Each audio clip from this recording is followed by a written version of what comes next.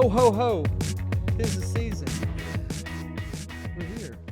Will we do an episode before? Yeah, we'll have to do one more, like, on Christmas Day or something like that. On Christmas Day? But, I like it. No, you're all wrapped up, bro. jeez. This is a little too close. That's probably loud in somebody's ears. Their speaker just Actually, busted. it probably won't be Well, because we got the mics facing oh, us. yeah. The speaker, I thought, was just busted. But, Okay. yeah, we'll have one more before Christmas, but we are full-blown in the Christmas spirit and season. I walked in your house. You got Grinch stuff everywhere. Mm-hmm. We love the Grinch. Yeah. How's Rent-A-Grinch? Well, I was going to ask you. I mean, I've been at 2 events as a Grinch. One of Okay. them you were at. I was at that event. I'm not going to lie. I thought you did a great job, but I was, have you heard, like, secondhand embarrassment? You know what that is? Yes. Or pretty self-explanatory. Yes. I had a little bit of secondhand embarrassment when you first walked in. It did feel it. That's a. I think as a Santa Claus, if you were a rent a Santa Claus, Right. it's like, oh my God, Santa's here. A rent a Grinch, mainly because I've never experienced that. Mixed bag. Yeah, it was definitely the first kid I walked up to terrified. wanted her mom immediately. Left the birthday party. Left, didn't come back. She said, "I'm going to go with Which you." I find as my character as a win. On brand. Yeah. So, but after about I'm not even 15 minutes. After a few minutes, Yeah. it was on. Yeah, exactly. The first few minutes, I would have literally rather probably like ate drywall. Bob Raffles out of the toilet. Yeah, because I was so like, I could tell like there's a mixed bag. Some kids super excited to see you. Some kids terrified. Some people just not knowing what to do. Why is there a Grinch here? Right. A real rent a Grinch. Right. Like, wow, someone went above and beyond. After that, it was great. Kids warmed up to you. You were in character. It was fun. Yeah, it was good. So I would say that I thought you did what you needed to do. I did the job. You did the job. Yeah. It was like a shaky launch, Yeah. but we landed the plane. I think it would be better if I was just not there To at any experience of the events. I would imagine that was the hard part too. Yeah. If you were, I don't know, would you rather be a Grinch at a party that you knew people at, or be a Grinch and be in character with people you do not know? I think because I did the other event, it was kind of a mixed bag too, but just because there was like tons of people I was interacting with that I didn't know who they were. Yeah. They were both fun. Okay. Because I guess you're just trying to think of stuff like the Grinch would say to people during anything. So, but the other event, I was originally just going there to help hand out shirts and just goof around, and then a Santa Claus showed up. So you did it on the fly? Jennifer was like, "Hey, I told the PE guy that you would think about that you would do it, and because I'd already said that would be funny." And I was like, "Yeah, I mean, I would." And then it was like kind of like the day before, it was like really saying, "Okay, I really am," because then my extra Grinch stuff came. Because I upped. Yeah. The suit, right? Yeah. So the Rent-A-Grinch I experienced was like in Mount Crumpet. Yeah, slouch mode. Yeah, I've got everything I need right here. Yeah. Like slides, sweatpants, sunglasses. Right. I came in sipping a drink. Right. Which was great. Yeah. What was the new get up? What did you add to? Full on Santa costume. Okay. Pants. All right. And yeah, so like way more of the going into still Christmas vibe. Sure. The painted face makes your costume, because we've seen a bunch of the Grinch heads that look good. They look good, but they are creepy. They are creepy, and you can't you can't talk. See. Yeah, you can't really see like them interacting. Right. It's just gonna sound muffled, like voices and stuff. Like we saw at the Christmas parade. Right. And it was like, yeah. Yeah. Yours, if you're going to play into the character, right, Jim Carrey's, then that is the way to go. Yeah. So, you got the full outfit. Got the full outfit. got to make fun of Santa. All the kids were like, "Take my picture," and I was like, "Who wants to take a picture of that loser?" That's funny. Yeah, it was great. And then I chased children around. That was pretty fun. Ran a 5K. I ran a 5K in the Grinch suit. It didn't start out that way. It started out as the little fun run, 1 mile, and then I started making fun of some people ahead of us, and then it turned into like a Forrest Gump. Like, Yeah. I got to that road, and I just, kind of kept going. I'm done now. And I had gotten I was so far behind the group that had started the 5K that I didn't have a police escort. So there were certain parts where I was having to cross Highway 31 just by myself with no group. And people are like, what the heck is this guy? I was joining with that guy, that Spider-Man guy that everybody was saw the other day. So, yeah. But it was fun. I like doing it, and I think I've got one other that's like just trying to iron out the details of what it'll be like. I think it adds to. I would love to do it, but it would terrify my kid. I would love to do it because it's like my nephew. He's like my first cousin's kid, but I would be like an uncle to him. Yeah. It would because her dad, my uncle who passed away, he used to give us crap. Like he would pick on us. Yeah. One of my favorite people in the whole world, but he definitely picked on us. Yeah. Right. And it would be awesome to pass on that tradition and like pick on him to the point where he cries. Yeah. And I think it would be funny because my uncle made us cry all the time. Yeah, he'd frog us or whatever. Yeah. There's like, I love him, but he'd do something like that. And I'm like, I hate you. I think that would be fun to do. Yeah. Where you come in and you just steal all the family Christmas presents. There's been like some viral ones. Yeah, there have been some viral ones that are like intense. Grinch comes in and the kids are like under tables screaming. I'm like 80%. I'll have to figure out the details of my family Christmas party with them, and if it works, I think it would be hilarious. One of the ones I think I'm gonna do, it is me coming and stealing presents. It's me. I'm coming in full board. Yeah. Like scare mode, but also like the only thing is it will terrify my youngest daughter. Yeah. But she knows but she even like over at the house. Even that, she's still scared. Yeah. She crawled under the table. She knew it was you. I went in saying, "Hey, it's gonna be Foxy," and then it was over with. Yeah. So if you come in, you will terrify my cousin's 2 kids. Yeah, for sure. And that's why I'm like, it's worth it. You would terrify my niece, my real life niece. I got to run it by my brother, make sure he's cool with it, because he could be upset. Yeah, I don't want to be on that train. He would call you some words. He wouldn't swing on you, but he would call you some words. So I need to give him a heads up. Yeah. But overall, it's good. I'm glad that your experience was. If I can get a Yelp review or however that works. I would Grinch for sure. On that note too, before we get into more Christmas stuff, I took my kids to see Wicked a few weeks ago. It was actually really good. I've seen the play. I think it blew up when I was in college. Yeah, everybody was talking about Wicked. I'd never even heard of it. 100%. The movie is really good, by the way. I would recommend it. I know there's some dudes listening to this and be like, dude, what the heck are you talking about? You fairy. But you're a musical guy too, though. No, I would not. You're not? I would not peg myself as a musical guy.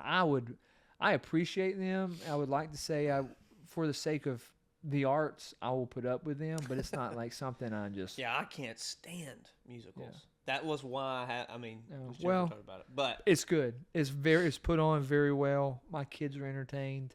They want, like today going to school, they were listening to it in the car. Seems to be the craze. Only bring it up because my YouTube algorithm is full of clips of pastors reacting to Wicked. Should you go see it? Should you not go see it? Should you support witchcraft? Do you? All these different things. So I was like, where do you think you land on the whole witches? Like, if you go see a movie like that, does that mean that you're full-blown Ouija board Wiccan I witch? would never make that connection. But I can tell, I do know that, like, there are people that, in their mind, that is you might as well. Sure. And why do you think that is? I don't know. I do think there's a part of every person that kind of likes having something to be against. Sure. And it's like stuff like that, especially like Bible thumping, been in it my whole life. I remember being even ridiculed at one point for watching the Lord of the Rings movies. Yeah. Well, for me growing up, it was Harry Potter. Sure, yeah.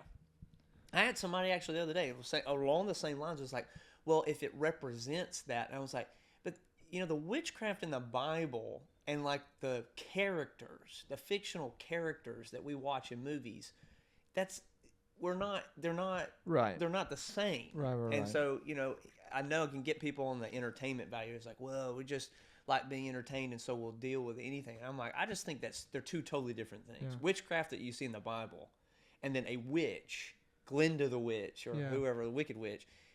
We're talking about two totally different categories of.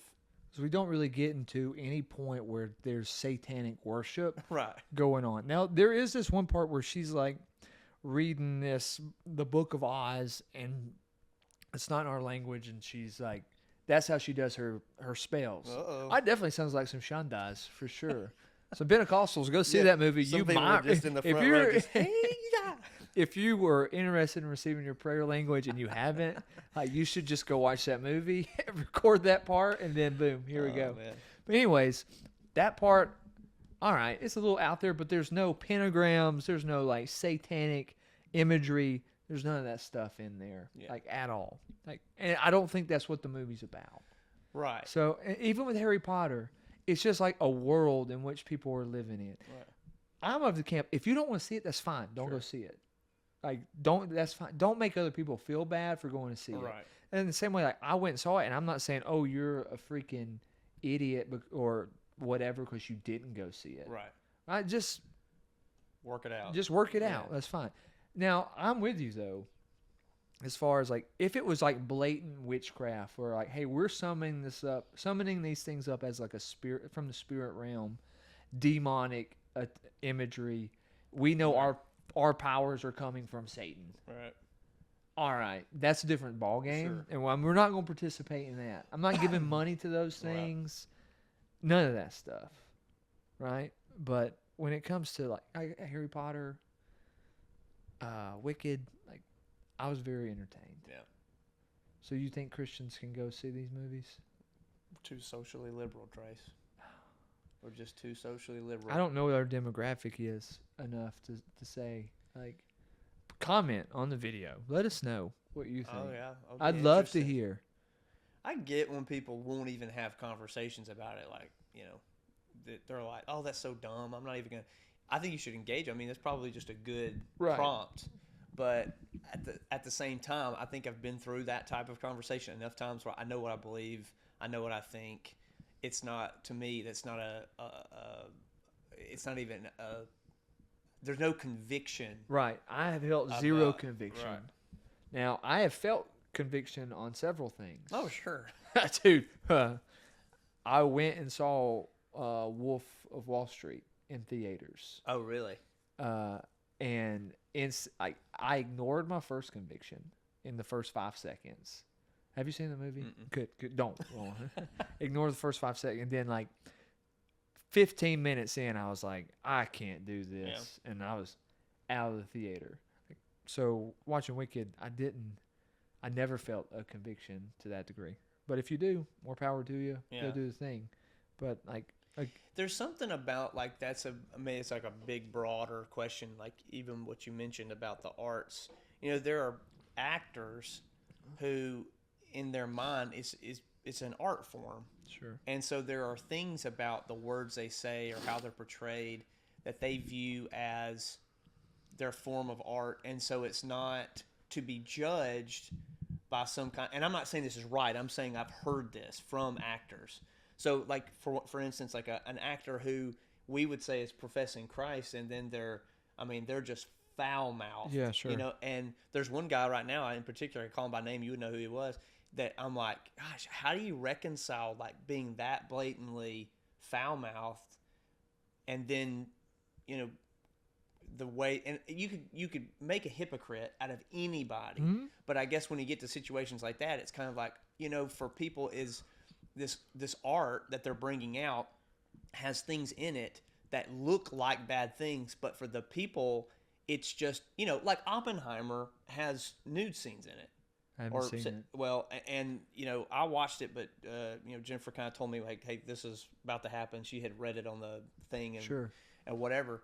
But I could say, well, they didn't have to make that movie that way. They could have left those scenes out. But for the person making the art, they felt like it wasn't to portray anything except the type of person he was. And could they have done it a different? I guess what I'm saying is, even in those realms, because like broadly speaking, a lot of those people, for them, whether it's playing a witch character or playing this horrible person in real life, it's art. If they're doing something where they're trying to portray something, and I could see where it could get very messy for Christians to be a viewer of that, and wrestle out what they believe about things without contradicting what they say they believe. Yeah. So I just think, have conversations, be sensitive to the Spirit. Yeah. Maybe it's just more so like the clickbait YouTube. Well, here we are talking about this stuff, but honestly, I think you could really think about this stuff before. Like, what you view is important. 100%. Like, there's things I cannot watch Right. because of what it would trigger in me that would be Antichrist. 100%. So I get that. Yeah. So that's coming from someone who really does filter and Sure. say no to a lot of things watching. Like, I don't think you're going to go to hell Right. if you watch the movie. I don't think that you are supporting witchcraft if you do as well. So just do whatever you want. Maybe just see it and then leave it at that, right? But we'll see. Only time will tell. Time will tell. But then one other thing, since it's being Christmas, I thought it'd be fun to talk about. Like, do you have like a core like Christmas memory or like a favorite Christmas present you've ever received? Like as a kid or anything like that? 12 years old? How old would I have been? Or what year would it have been? 86 to 96 would have been 10. So 1998. 98. Good year. Good year. I got a drum set. Ooh, what kind? It was a Ludwig rocker Okay. set. And that was like I'd been playing drums on this friend of my brother's kit. He had left it over there at our house. And I never in a million years thought my mom would buy me a drum set because, like, I was supposed to be playing in band, trumpet and all that kind of stuff. But she did. She bought me a drum set. And I remember just being like, I was on cloud nine. I don't know that I've ever had a gift that Just kind of blew touched you where I away? was. Yeah. And was like, never thought I'm never going to get that. I'm going to have to play on this crappy drum set for the rest of my life. And I come in and there's a brand new drum set, all new hardware. I mean, that whole thing. Where did you set it up in your house? Mm-hmm. Like inside? Mm-hmm. Your mom was just cool with it? So when we lived out in Pleasant Grove, we had a room downstairs called the music room. Oh, okay. And it was literally like the size of this garage, and it had literally had just ton. It's a thing that I Do wish. music families like have a music room? Is that just like common? I mean, I'm that not was from a music yeah, family. Yeah, sure. It was common at our house. I mean, even now, if you go to my mom and stepdad's house, I mean, they've got a whole area that's just and they've got tons of instruments and all that kind of stuff. But we had a piano, and that's why I was passionate about having a space somewhat like that, so that you can tinker. Yeah. And so that was a baller Christmas moment. What about you? Could you play the music? Like, could you play drums at that point in time? Yeah. That's cool. I think it was like 96, so 2 years before that. That would have been 89, 96, 7. Is that right? 7 years old? Yeah. Probably like top Christmas ever. I got one of those Fisher Price castles, or it might not have been Fisher Price. You know what I'm talking about? Like plastic The mold. big mold yeah. plastic with the cannonball. Like, I got that one. My brother got the pirate ship one. And then we got this other game. There was like backyard street hockey. But it had the little sticks, the guys on this, and you just controlled the swing. Like, Mhm. you know what I'm talking about? Yeah, it's like a table game. Yeah. But it had like sound effects. The little guys, it was the It was like foosball, but hockey. hockey. Yeah. Yeah, And it was I like The junkyard dogs or yeah, I don't remember something. The junkyard dogs and like the crows or ravens. I don't remember. But we played that all the time. And my dad played. My uncle came over and played. My godfather, like that. And we got a game table that year. Big time. Remember the game table? Yeah, we were 100% spoiled, dude. Like that was. I look back, we're 100% spoiled. Like we got all three of those. One that would be like you get one of those gifts at Christmas, Right. and it's like the gift. Right. Three of them, dude. Game table.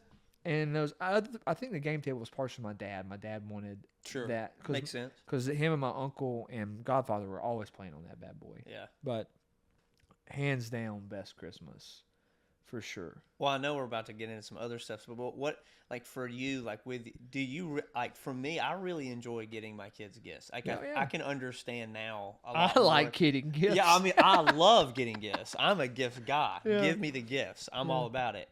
But like even yesterday on the way to school, Declan was like, "Hey, he's been wanting a MetaQuest 3." That's what he wants. Yeah, and we got him one. Oh, if you're snap. listening to this podcast, Come Declan, on, dude. That's what I'm talking about. But we What were the big gifts this year? MetaQuest 3. MetaQuest, that was his. I think he got a replacement headset for his PlayStation, but Amsley's getting a bunch of golf stuff. Oh, snap. And some. By the way, she got a good swing. She does have a good swing. She's really good. Some jewelry and some makeup stuff, but she was more sporadic, and Kingston's all in on Magic. So we bought him some Cards? Well, I found out really quickly you don't buy Magic player cards for Magic players. You let them buy their cards because it's like So you just have to get him money? Well, so we got him. I got him this actually very cool. I'd wear it. So like a retro design Magic shirt, and then got him a thing that will hold his commander deck. Good It's thing got a my place for boy's got a dice. girlfriend, dude. He does, I man. know. He does, and she absolutely. Those jokers no chance had a girlfriend when we were in high school. That's what he keeps saying. He's like, I can't help but have so much riz. I'm like, I guess so. I guess so. I would have been the outcast in high school now. Yeah. Because of the internet and all the different, everything could be cool in an instant now. It doesn't matter if you're an athlete or whatever. Right. Wow. Yeah. Yeah.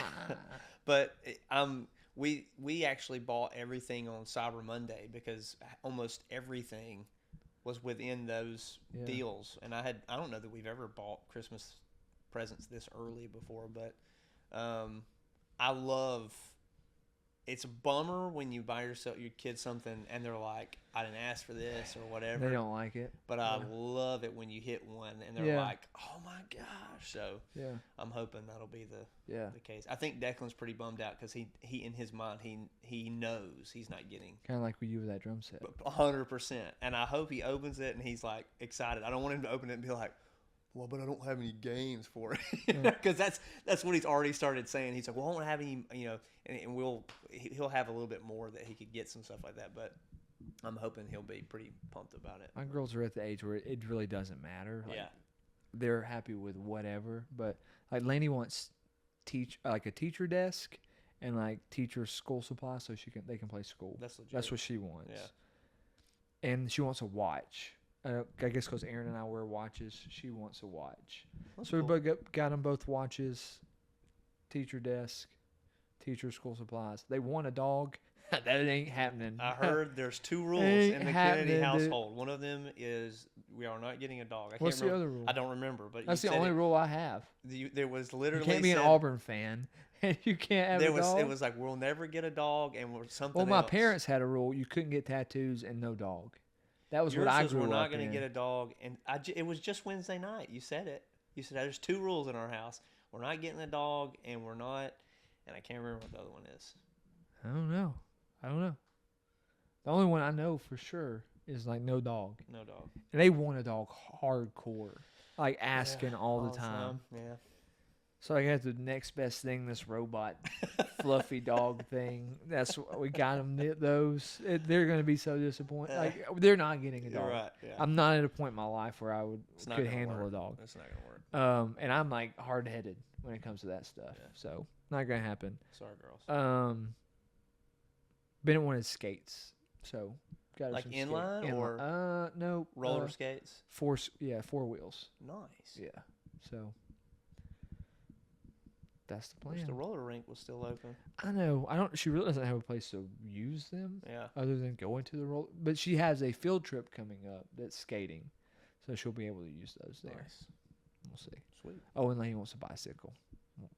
We're going back and forth. If we get a bicycle, it's already got to be put together. It's got to be put together, and she needs like 4 helmets. Yeah, I put Bennett's together, and I said like 5 swear words. I really quit 3 times putting it together, and then when I put it together, it still was like loose. You know, I had to get my dad to come over the next day after. But there was Christmas. something imparted in that bike. It was a Horcrux. Yeah. Of sorts. Captured part Depends of your on soul. where you lean on seeing Wicked or not, is what was in that bike. Yeah, for sure. Hey, real quick, we're about to get into the meat of our topic today. But before we do, I really wanted to talk one more time about our SKOOL platform.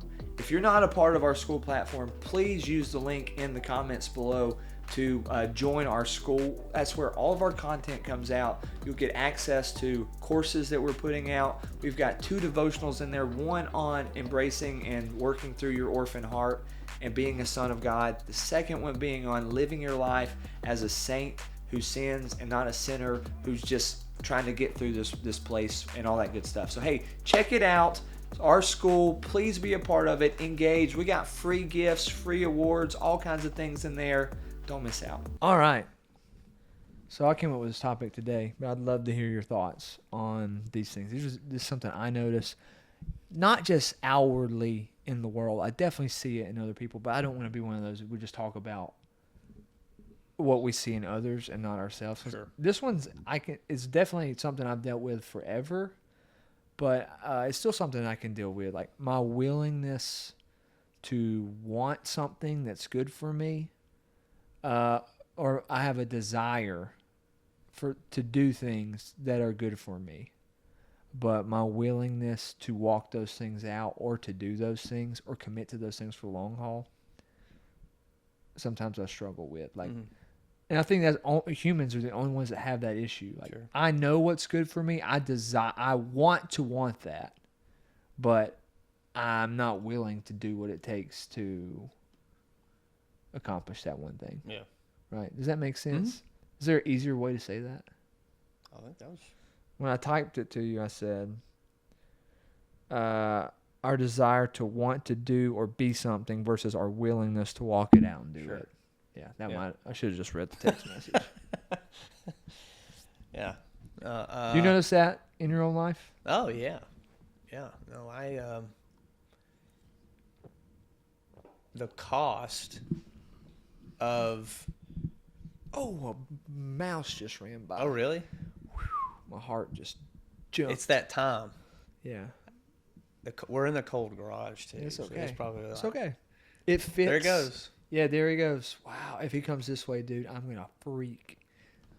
He is. He's going to just make his... Unless there's a hole over there. Actually, this is bringing up a core memory of the old office that we had. You remember? And I played with that mouse. It crawled up my leg and all that. I hope that does not happen, dude. My skin just crawled. I'm just glad it doesn't have a way into the actual house. Yeah, that is good. You can stay out here. What if it climbs up behind us? I'm done. Oh, man. I'm going to have to seriously try to talk from the heart, while also knowing there's a mouse moving around. While knowing that heart is beating at 185 BPMs. Yeah, it's 67 heart rate right now. Okay. I'm seeing We're cutting things this now, part dude. down to about 5 minutes. We're in a quick lightning round here. No, I think paying the cost on anything is, Jesus has what he says, it's a person who goes and he's going to build a tower or a king who has an army. They have to count the cost. Otherwise they look like a fool. And I think you're just looking at things that you want to accomplish or things you want to do or character traits you want to see built in your life, it's sometimes the road to doing those things is you can already see how difficult it's going to be, or how time consuming, or how much it's going to take from you, or how much you're going to have to be quiet, or whatever the case may be. And so I think you're right. I think it is a human thing. When you said that, I think it's a human thing. We're the only species that is not called to act on pure instinct, because every animal does what it's supposed to do so it can live. Yeah. We're the only species, and of course created in the image of God, that has a choice about what we do that is either right or good for us beyond what's instinctual. Yeah. And so I think it's the fall in the garden. Right. The knowledge of good and evil. So like, if you know what's good and what's evil, that means that if you make a decision that's not just the instinctual decision, and you know, then that's where the evil comes from. Yeah. Sorry, go ahead. No, I was just, and I think that in itself is a great indicator of why so many times we don't really have an excuse. We are not creatures of instinct, and because of that, and then of course there are instinctual things. We have mechanisms in our body that in our mind that happen, but the majority of our life is not instinctual. It's led by some kind of decision-making process based on desire, not instinct. Just making Flux capacitor to full. Yeah, I don't know why that thing did that. So hopefully we're Gucci on the microphone end. But yeah, I think one, if we could frame it that way, would be, this is something that goes all the way back to the garden. So the feeling that you're feeling of I know that this is something that I want, but I don't have the willingness to do the things required of me. This is a Genesis issue. Goes all the way back to Genesis. So now, knowing that, like, we can't just stay there, though. I'm just amazed that even in my life, and for sure in my life, but in others as well, like the willingness to, even though you know you want something different, or you'll even say, I want something different, but then have no willingness to walk out whatever that process is to accomplish. No, the discipline, the time, the sacrifice, whatever. That, and maybe that's just the way my brain is. I'm not wired that way, so I'm trying to understand more there. But that amazes me. If someone's like, I know this would be good for me. I know this is the way I'm supposed to do these things, but I'm not going to do it. Right? Yep. Why do you think that is? It's interesting that you're talking about this, because I think that there is a part of us, especially now in the culture that we live in, that is satisfied with just knowing what you should do versus actually doing it. Okay. And that's where there is like that sense of, like, when Paul says that these people have like a form of godliness but deny the power. There's things that we know that are good or right, and we're satisfied to the point where it doesn't really take, it doesn't cost you or take you anything. But if you know it, then there's some sense in you that that's okay, because you know. And sometimes the knowing, sometimes you kind of, and I've watched this happen in my life, where because of what you know, you almost feel just like you did if you were actually doing it, because you know that that's the thing. And I've been thinking about, and I've been reading all this week, Philippians 2:13, over and over and over again, talking about how it's God who works in you the will and the ability to do what pleases Him. And thinking that's not a cop-out for God's going to do this work in me, and I'm not responsible for anything. What it's saying is it's not on me to muster up alone the ability to do what I know is right. God's working on His behalf through me to want and to actually practically walk that out. And that's hopeful. That should then endear me to the process. But I think the reason that majority of people don't do this is because they're easily satisfied with either knowing they should and just going, well, or justifying or whatever other little mechanism that they would have for not doing it. But the other thing is just realize sometimes the knowledge of having the decision is just as satisfying as actually walking it out. Yeah, and so like, how do you get past that? In Philippians, I think it's only by revelation. I hate to always go to that, but I don't think you can arrive at things that where things that you've never done, or we use the ideas of like sports or whatever, or business, where you've accomplished something, you can go back and you can see a pattern. There's sometimes where there's no pattern. You just have to have revelation. You have to trust God. And I think that sometimes it's a difficult thing to have something worked in you so that you can do what it is that you should do. And I was telling you not too long ago about how like I feel okay right now, and the Lord's really been telling me like to enjoy and to chill. It's not that there's not anything in my life that needs work. It's that sometimes some seasons you're in, you realize, there's nothing that God's working. I'm okay. I'm not going the opposite way. Right. But I think even in this time, there have been things that have been working and growing in me. There are things that I've been wanting to do, but I just didn't have, I had more of a, well, I'll just white knuckle it and make it happen. And I don't know about you, but I've been more frustrated by trying to do something that I don't have revelation on, only to come back to it over and over and over again. And then when I get revelation, it's the easiest thing I've ever done in my life. Yeah. So sometimes I think the things that we want to change and the things that we want to do are outside the scope of the revelation that we have. And sometimes maybe that's more about what we look like doing it, or what we would look like as we become those things, versus what God's actually working on. Yeah, and I think that Philippians verse is a great filter for all this stuff. Because even though you know something to be good, you can't determine or say if it's good or not. Mm-hmm. Only God can say if it's good or evil. So that has to be the lens in which we take those things too. That goes, again, going back to the garden. I don't want the knowledge. I don't want to say what's good and what's evil. I would love the Lord to reveal to me what's good and what's evil, and then move towards more good and remove evil from my life. Yeah. So knowledge alone is not the answer at all. But like knowledge, then from there saying like, God, how does this work out in my life? Because it can't be the same for everybody. Mm-hmm. That's the other part about this that I think is so crucial. Because I see you do it one way, now I've got to do it that way. Or someone see me do something one way, now. Mm-hmm. And so that is the way to do the thing. Yep.